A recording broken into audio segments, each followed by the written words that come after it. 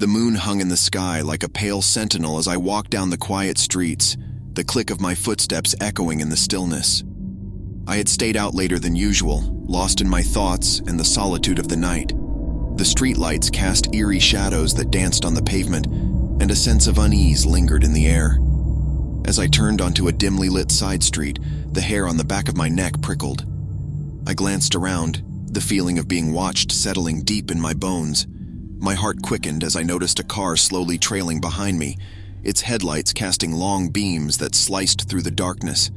I tried to shrug off the unease, chiding myself for being paranoid.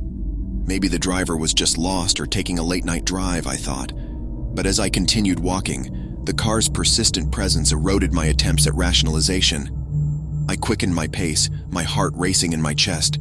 The car matched my speed, its engine humming softly like a malevolent whisper. Every time I stole a glance over my shoulder, I caught a glimpse of its dark silhouette, a haunting specter that refused to be shaken. I turned a corner, my footsteps echoing in the narrow alley. The car followed suit, its tires crunching over gravel as it maintained its eerie pursuit. Panic surged through me, and I knew I couldn't continue walking aimlessly. I needed help. My phone was my lifeline, and I fumbled to dial 911, my fingers trembling. As the line rang, my voice shook as I explained the situation to the dispatcher.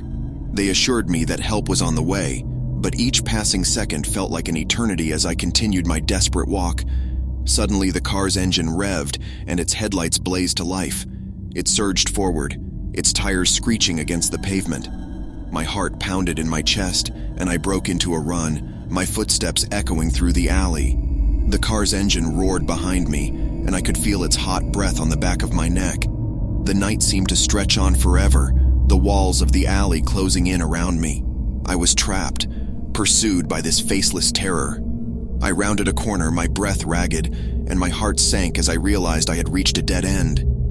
The walls loomed before me like prison bars, and I turned to face the oncoming car, my body trembling. The headlights illuminated the alley, casting a harsh glare that made it impossible to see the driver's face.